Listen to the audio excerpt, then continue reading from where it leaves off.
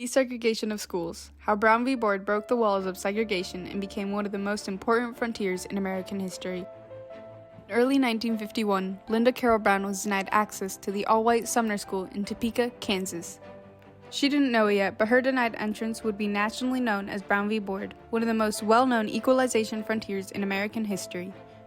Brown v. Board of Education of Topeka, Kansas was a U.S. Supreme Court case that resulted from continuous oppression of racial minorities, specifically Black Americans, and it became the legal grounds for desegregation of schools nationwide, and later the catalyst fueling many movements for equality, creating the modern America we know today. Brown v. Board was caused not only by Linda Brown's rejection. The case began its slow build while America was still in its youth. Slavery in America removed the rights of primarily African Americans, and even after being abolished by President Lincoln via the Emancipation Proclamation in 1865, racialized groups in America had to fight long and hard to be recognized as American citizens.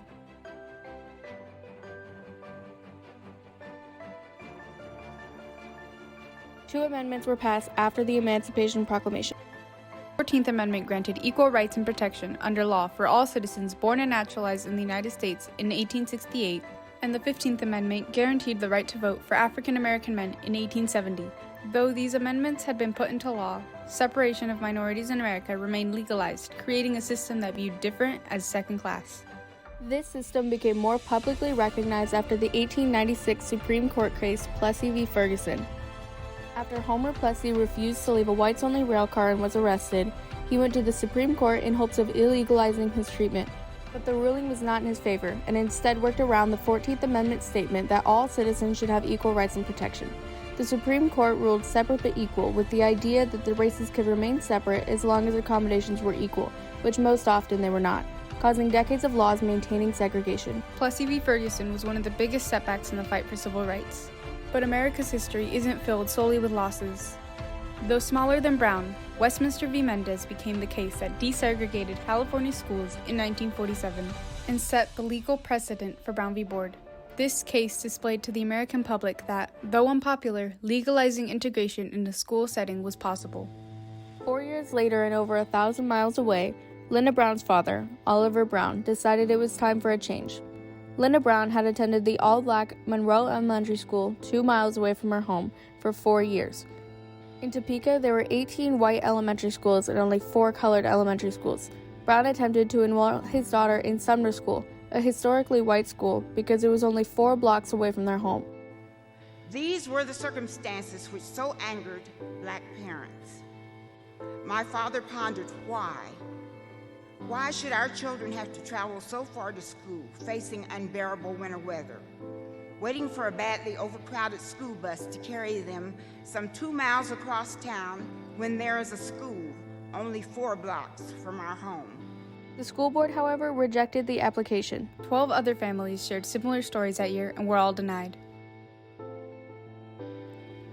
In late February of 1951, these 13 families sued the school board with the help of the National Association for the Advancement of Colored People, or the NAACP, for denying their children's applications and depriving them of an education solely because of the color of their skin. Brown was represented by a multitude of NAACP lawyers, but one lawyer in particular, Thurgood Marshall, became the face of the case. The mind behind Brown, however, had been Charles Hamilton Houston, who sadly passed before progress had been made. The District Court of Topeka ruled in favor of maintaining segregation, but the families pushed even harder, taking the case to the Supreme Court in hopes of giving their children the education they deserved and the possibility of achieving equal education for all children throughout the U.S. In 1952, the case was compounded with 4 cases from other states fighting similar battles.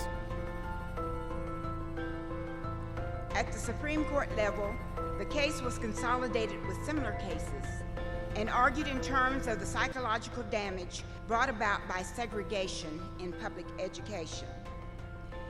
Experts from the psychiatric community were pulled in to examine whether or not segregation in fact served to break a youngster's morale. 2 years after the case had reached the Supreme Court, on May 17, 1954, a decision had been made.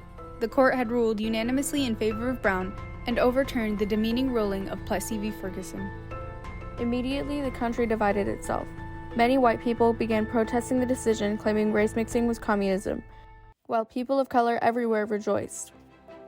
Brown v. Board's ruling was not only essential in desegregating schools, but also in fueling the bulk of the civil rights movement. We have a 5-point program already in effect, which will clean up and end segregation on the coaches in the South. Then we're going to the bus transportation area. From there, we're going to local transportation in the several cities. But I emphasize that has already started. That campaign has been going on since last year. In 1955, Rosa Parks, an active member of the NAACP, sparked the bus boycott and a good test case challenging Montgomery's bus segregation in court. Her actions were planned, and with the help of both working-class African-American citizens and women activists, public transportation in Montgomery and soon all over the nation was desegregated. Though Brown's decision laid down the legality of desegregation, the fight was far from over.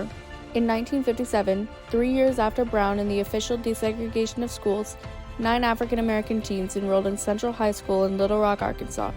They were met with so many outraged students and parents blocking their entrance to the school that the National Guard was called in to escort them through. These teens became known as the Little Rock Nine for their resilience in the face of adversity. Another case of an African American student federally escorted to school was little Ruby Bridges.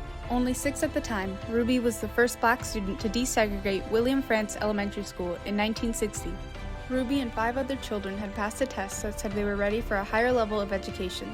2 of the students were pulled from the program because their parents feared for their safety. The other 3 students, Leona Tate, Gail Etienne, and Tessie Prevost, were sent to a neighboring white school. These girls became known as the New Orleans Four. 10 years after Brown, the arduous work of these individuals had finally paid off. The president had completely outlawed segregation.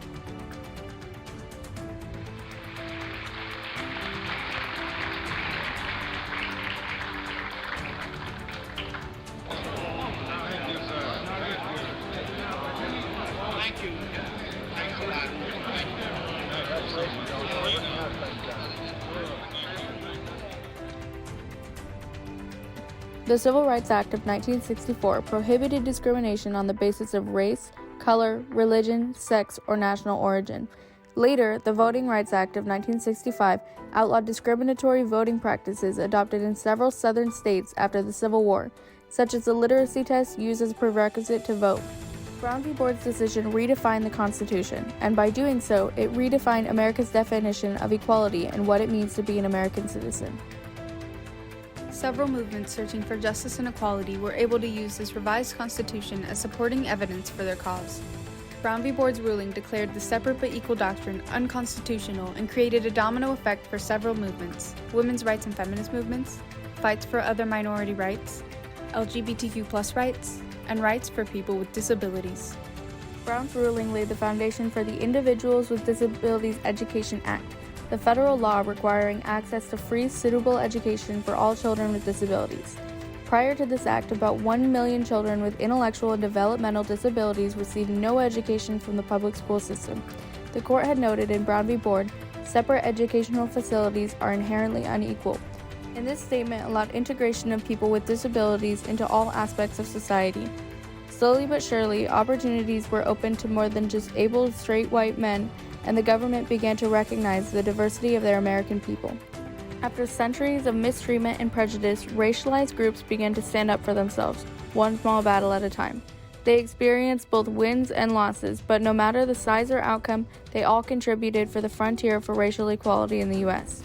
Brown v. Board's ruling pushed for the reconceptualization of the racial caste system that had been supported and tolerated by the American government since the end of the 19th century. The case's decision brought hope and inspiration to millions of Americans, as it became proof that justice and equal opportunity for all was achievable in America.